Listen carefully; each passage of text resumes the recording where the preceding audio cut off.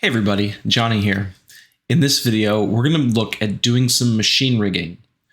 We'll rig up some gears and a crankshaft, and in the process, we'll look at how to add drivers to bones and also an interesting use for an IK chain. So let's strip out what I've done to this model and then get started from scratch. This is the model we're going to be starting with. Each of these items are separate pieces. In the back, we've got several gears that are lined up with these axles. This axle goes into this crankshaft wheel, which is lined up with this arm and this shuttle that will go back and forth. And for fun, I've added a little flag on top of the shuttle. Now there's multiple ways that we could attack this problem, and we need to think about how we're going to line up bones in order to achieve what we want to do. Some of them are going to be very obvious for what we want to accomplish, whereas others might not be quite so obvious. When we look at the top, we're obviously going to want to have some kind of control over each one of these axles, as well as this arm and our shuttle. You can really break this machine down into two parts. First, over here, we have the gears, and then here we have the crankshaft. So let's attack these as two separate problems. First, let's start with the gears. Since this middle gear is going to be the interface between the two sections of the machine, I think I'm going to start my armature there. This is kind of the core of the machine, if you will. Now, when you're rigging any kind of machinery, you're going to want to be very specific about how you place bones. Because if things aren't lined up perfectly, you'll get some wobble in the machine that you're really probably not looking for. So one of the things you'll want to do is make good use of the cursor to selection and selected to cursor operations. Let me show you what I mean. I want to place my first bone along this axle. It'll start back here and point towards this wheel. So I want it to line up with the back of this axle to the best of my ability. So to accomplish that, I'm going to select all of the endpoints of my axle since they are in a perfect circle. And using Shift S, I'm going to bring up my snapping pie menu. From this menu, I'm going to choose Cursor to Selected. This places the 3D cursor at the center of my selection. So now, if I go ahead and add an armature, you'll see that it's added at the 3D cursor. So the back end of this armature is perfectly aligned with the center of this axle. Next, I want to lay this down along the axle. So I'll go into armature edit mode by pressing tab, grab just the tip of this, and then I'll hit G to move it, and I'll hold down my control key so that I can snap to increments. By doing this, I can make sure I'm staying aligned with the axle as I move it along. Before I go too much further, I'm going to make a couple of adjustments in the way that my bones are displayed. First off, I'm going to enable showing names. That way, I always know which bones I'm working with, and I'm also going to turn on axes. This way, I know when I go to rotate bones, I know which axis to rotate on because it'll be right here on the screen. With this bone selected, I'm going to press F2 and rename it. So this is our main axle. Let's repeat this process for the other two axles. I'll go back to object mode, select my second axle, grab the end, hit Shift S, and then cursor to selected. I'll go back out of object mode, select my armature, go into edit mode for my armature, and hit Shift A to add another bone. So now this bone will be aligned to the back end of this axle. I'll go to side view and lay it down just like I did the other one, holding down Control for snapping. With this selected, I'll hit F2 and rename this one. And now finally, we'll do the third one. Shift S, cursor to selected, edit mode for my armature, Shift A.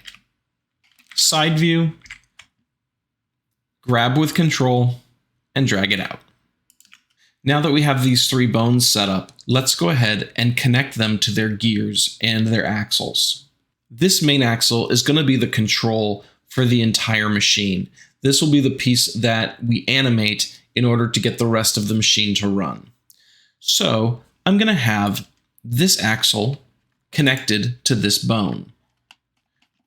To parent that, I'm going to select the axle, shift select my armature, and go into pose mode, which is Control Tab. Or if you go up to this menu, you can choose pose mode. In pose mode, I'll select the bone that I want to connect the axle to.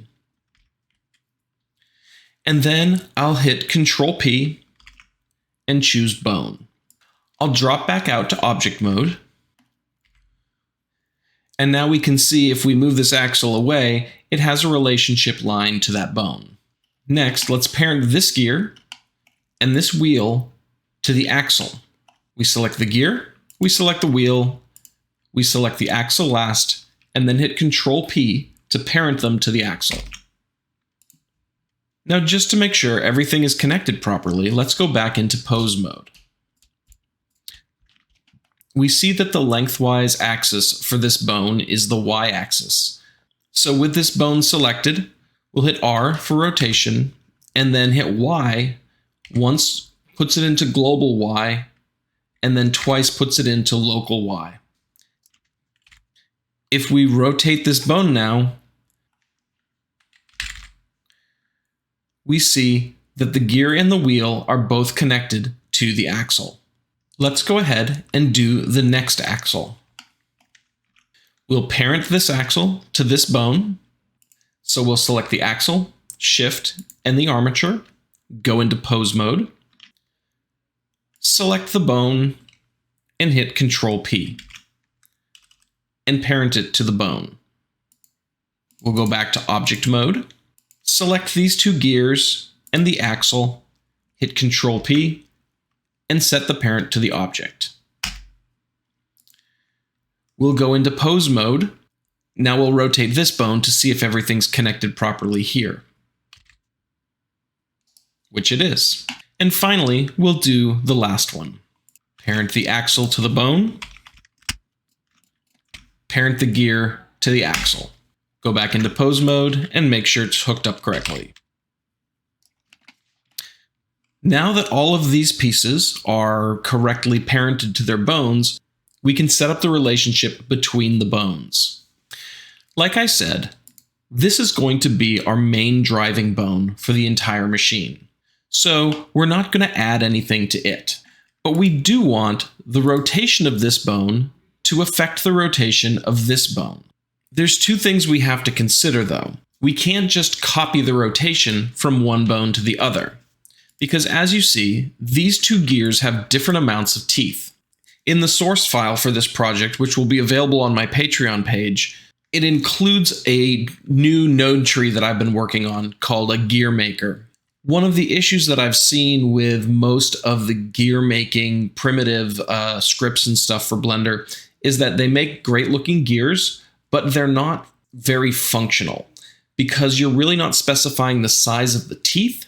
You're just saying like, oh, I want it to be this big and I want the teeth to be this tall and stuff, but the gears don't always line up real nicely. So I wanted a node tree that would generate gears that would be compatible with each other. So you'll see here with this gear, it's got 36 teeth with a circular pitch of 0.072, which is the distance of a tooth and the space next to it. And then it's got this center radius, so you can change how big the opening is here. You can add a fillet on the shape here to round out the teeth. That's still a work in progress, but it at least looks okay for this application. Then I can give it a material, of course. So while this gear has 36 teeth, this gear has 18. So it has half as many teeth as the larger gear. That means that the ratio of movement between these 2 gears is going to be 2:1 because that's the ratio of teeth on these 2 gears. So because the rotation needs to be half as fast as this one, and it needs to be in reverse of this one. Instead of using bone constraints, we're going to use a driver. If you go back on my channel a ways, I have done a lesson on drivers before, and I will probably be doing a refresher video on that sometime in the near future. But we're going to touch on it quickly here. I'm going to go into pose mode. And I'm going to open up my end panel so that I can access the properties of these bones. So to add a driver to this bone, we're going to select it in pose mode. And then we're going to come over here to the end panel. Currently, the bone rotations are set up using quaternions, and quaternions are way outside the scope of this particular tutorial. So instead, we are going to use just standard XYZ Euler rotations. We can double check that the Y rotation is what we want to do. So with this bone selected, I'm going to hit R and then Y twice to go into local Y. And you can see here that the Y value is changing when I rotate this, this bone. So this is the value we want to affect using this other bone. I'll go to this Y, right click, and then say add driver. So the type of driver we're going to add is a scripted expression. So that means we're going to write a small piece of code to control the rotation of our bone. The expression we're going to build goes here, but we're going to get to that second. First, we're going to come down here to the variable section. By default, when you add a new driver, the type is scripted expression and it adds a single variable for you. Now, if you were pulling information from multiple objects, you can add multiple variables to pull those in. But we only need the Y rotation from this other bone in order to calculate what we want. So the first thing we want to do is choose our object that we're pulling the data from. And I'll just use my object picker here to pick the armature. And I'll reopen the driver window by right-clicking and going to Edit Driver. And then we need to select which bone from that armature we want to get data from. And in this case, it was the main axle. Now we have to choose what type of data we want to get from that axle. And the type will be Y rotation. We're going to leave the mode as auto Euler, and the space we'll choose is the local space. You can see that currently the expression is the variable plus this negative 0.495. We're just going to get rid of that, and we're just going to type in var. What this is going to do is take whatever value that it's getting from the Y rotation of the main axle, and it's going to put that as the Y rotation of the driver. So if I click off this window and rotate this first bone, you'll see that the two bones are rotating in tandem. But anytime you have two gears meshing together, they're not going to rotate in the same direction. They'll rotate in opposite directions. So if we go back into our driver, we can put in negative var. So that means whatever rotation we have on this bone, the opposite will happen with this bone.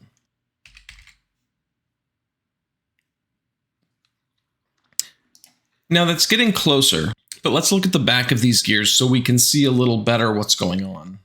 With my main axle selected, I'm going to press Alt-R to clear the rotation. So we're back to our beginning point. And now I'm going to rotate it a little bit. As you can see right away, the gears are not meshing up with each other at all. The reason for that is because this gear has twice as many teeth as this gear. So this gear is going to turn half as fast as this one. So we're going to want to change that value and divide it by 2. Going back into my driver, I could divide this by 2 or I could multiply by 0.5. Now let's see what happens when I rotate the bone. They mesh up perfectly. Having done that, we can go on and do the exact same thing for this last bone. I'm going to rename this bone to Axle 3. Now, like we did before, we're going to want to add a driver to this bone. So we'll change the type of rotation to XYZ Euler and add a driver to the Y rotation. The object is going to be the armature that we're working on, armature.001. And the bone this time is going to be axle 2. We choose axle 2 because we want to pass along the changes in rotation from axle to axle. Pulling up these geometry nodes, I can see that this gear has 32 teeth and this gear has 16 teeth. So that means the smaller gear is going to run twice as fast as this larger gear. So with that information in hand, we'll edit the driver, and instead of this being negative var divided by 2, this is going to be negative var times 2. Also, we're going to want to come down here to the type for the variable and change it from X location to Y rotation. Auto Euler, local space. Now that we have that driver connected, let's rotate this bone and see what it looks like. Again, they're meshing up perfectly. So those are our gears. Now let's move into rigging up the crankshaft. You can see as I turn this bone that this peg isn't connected to this wheel. I'm going to clear the rotation here on the main axle with Alt-R. And then I'll take this peg and I'm going to parent it to the wheel. You could, of course, join these meshes if you want. That's up to you. So now if I rotate the main axle, the peg is moving along with the wheel. Next, we need to decide how we're going to rig up these last two pieces. This piece will need to be able to slide back and forth on these rods. It won't go up or down. It won't go backwards or forwards. It'll just move on the x-axis. And it won't twist at all either. This arm will want to pivot on these two pegs. Now, I'm sure there's multiple ways you could set this up, but probably the easiest way that I've seen to set up a crankshaft piston sort of setup like this is with an IK rig. You can almost think of this as a shoulder, and this is an arm, and that this peg is something that the arm is just trying to point to. And that as that moves around, that arm is going to stay holding on to it. And because it does that, it's going to want to drag everything with it. So let me show you how we can set that up. First off, let's go ahead and add the bone in for this little shuttle piece here. I'm going to choose these 2 points, and I'll do cursor to selected. In edit mode for our armature, I'll press Shift-A to add a bone, and then drag it down to line up with the rest of the shuttle. For ease of viewing, I'm going to go into my armature data here, and under Viewport Display, I'm going to turn on In Front. That way this shows in front of our meshes. We're going to call this piece our shuttle. You could call it a piston, you could call it whatever you want. Next, we want to add in a bone for this arm. I want that bone to be lined up with the center of these 2 holes. So just as we've done before, I'll go into edit mode. I'll grab one of these circles, then I'll do cursor to selected, go back into edit mode for my armature and add a bone. The end of this bone is in the proper place, but now we want the end of the bone to be lined up with this other hole. Back in edit mode, I'll do the same thing. Cursor to selected. Now I'll choose just the end of the bone and do selection to cursor. You'll notice because I didn't drag this bone into place by hand, when I did the snap to location, it actually twisted the bone a little bit. We're going to need to correct that. One easy way to do that is to go into one of your front or side views, and with the bone selected, you'll go up here to the armature menu, go to bone roll, recalculate roll, and then you'll choose view axis. This will line it up with your current view. And now you can see it's squared off with the world coordinates, at least in these two directions. Of course, it's going to be tilted down because it needs to be. Now, we do want these bones to be connected. This bone we're going to rename to Crankshaft. And Crankshaft is going to be parented to the shuttle. And we're going to want to keep it offset. Otherwise, the end would get moved over to this one and it would mess up what we just did. So this is the beginning of our IK chain. So we are going to need an IK target. Since we've already lined this end up with the peg here, I'm going to add another bone right there. This is going to be the bone that will be the IK target. And that IK target is going to line up nicely with this peg.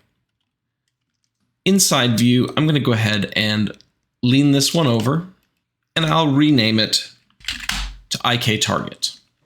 Now, IK target is going to spin around with this wheel, so we'll just go ahead and parent IK target to the main axle. You'll want to also keep this one offset, so it stays where we put it. As always, it's good to check your work as you go along. So I'm going to rotate the main axle again just to make sure that the IK target is spinning like I hope. So that looks to be correct. Now that we've done that, we can select the IK target, then select the crankshaft, and press Shift-I to insert an IK constraint. And we'll add it to the active bone, which is the last one we selected. Now that we've done that, this bone and this bone are going to, in an inverse kinematic way, try to always point to this target. If I grab this target and move it, you'll see what I mean. And if I rotate my main axle, you'll see it kind of works. We've got a few issues here. If I look at it from the top, you'll see that these two bones are aiming in odd directions just so that they can keep pointing at the IK target. So we're going to have to put some constraints on our IK so that we force it to do what we're wanting it to do. So first off, let's take a look at the shuttle here. The shuttle should only move along the x-axis. It shouldn't twist. It shouldn't rotate in any direction. So once you've added an IK chain to some bones, you can use some of the options here under the bone menu. If you go to the inverse kinematics panel, you have some options of how this bone is going to react when the IK solver tries to find a position for it. The main thing here is this lock IK XYZ. This is saying that when the IK solver is trying to position this bone, if any of these are locked, that means that that bone can't rotate in that direction. Since I don't want this to rotate in any direction, I'm going to lock all three. Now I'm going to rotate my main axle and see what that's done. Since the shuttle bone can't turn in order to shorten the distance between the beginning of the shuttle bone and the end of the crankshaft bone, the crankshaft now can't actually hit the target that it wants to. So when the IK target is out here, it's pointing in the right direction, it just can't reach.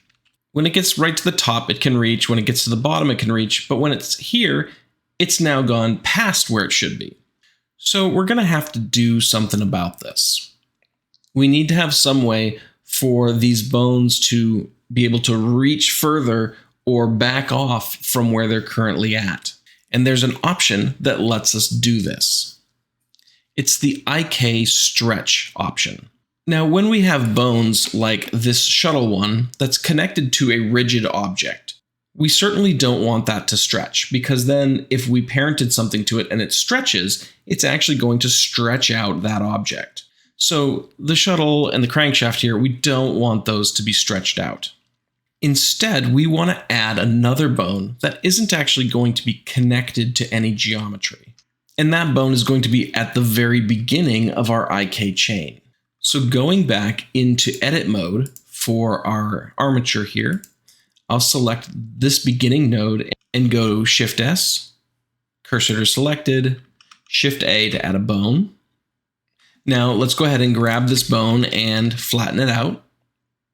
Now you may notice that this bone is actually disconnected. It's not connected to anything, and it's kind of pointing in the opposite direction that it should be. So what I'm going to do is right click on this bone and choose switch direction. That leaves the endpoints in the same positions, but flips the direction around. Then I'm going to parent the shuttle to this bone. And in this case, I want to connect them. Having done that, let's rotate our axle to see what happens. Since there's no rotation constraints on this bone or the crankshaft, those are now bending in the wrong directions again. Now let's make it so that the crankshaft can only rotate in the proper direction. From the axis on this bone, we can tell that we want to rotate around the z-axis, but not around the x or the y-axis. So for the crankshaft, we'll say lock IKX and lock IKY.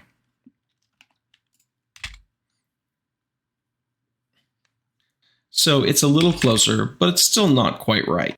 This stretch bone is a lot like the shuttle here, because this is what's going to allow the shuttle to move back and forth along this track.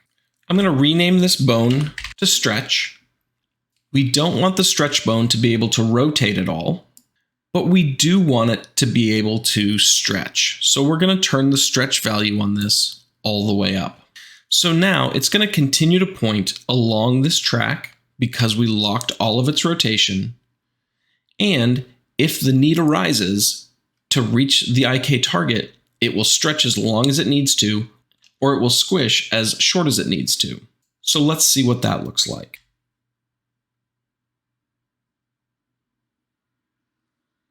So that's looking pretty good. We just need to parent our crankshaft arm. We'll parent that to the crankshaft bone. We'll parent the shuttle to the shuttle bone. And let's see how that looks.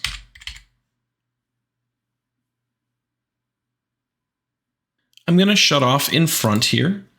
And this little side peg needs to be parented to the shuttle. The flagpole needs to be parented to the shuttle. And the flag needs to be parented to the flagpole.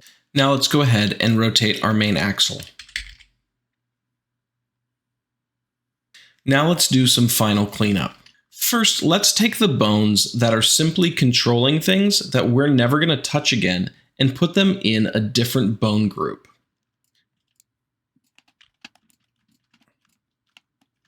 So with all those bones selected, I'm going to press the M key and I'm going to create a new bone collection.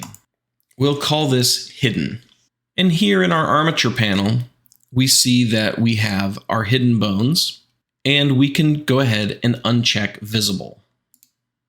Something we might want to do to our control bone is make sure we can only rotate it in the directions that we want. So we can't do something like this, and we can't scale it, and we can't move it.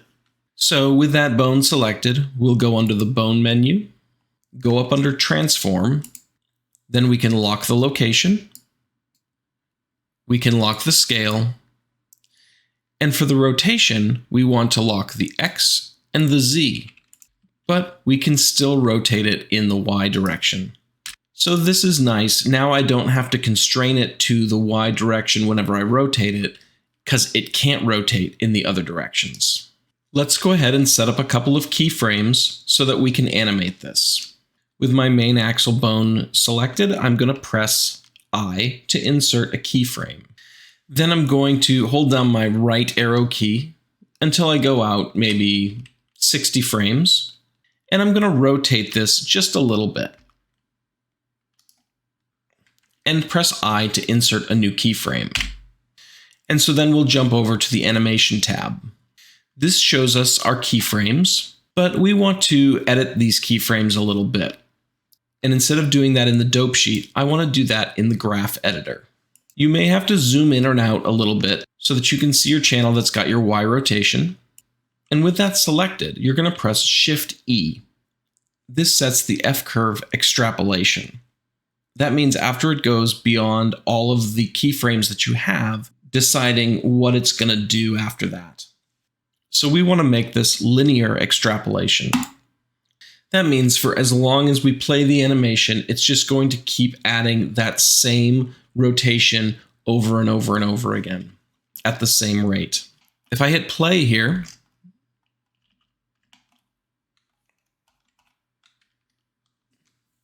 you can see that it's working like we expect. If I wanted it to go faster, I could simply grab this control point and drag it down.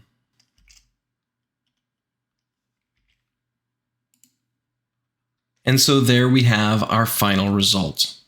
I hope this process has taught you a little bit more about rigging and spurs on some creative ideas and pushes you in some new directions.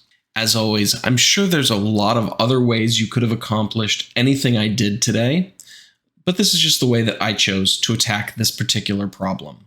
If you liked this video, please let me know below and I can focus on doing some more rigging tutorials like this that go into some other aspects of rigging and constraints. Like I said earlier, the source file for this project will be available on my Patreon page. The link's down in the description. If you liked the video, make sure to subscribe. And as always, I hope this project has inspired you to make something awesome. And until next time, I'll catch you later.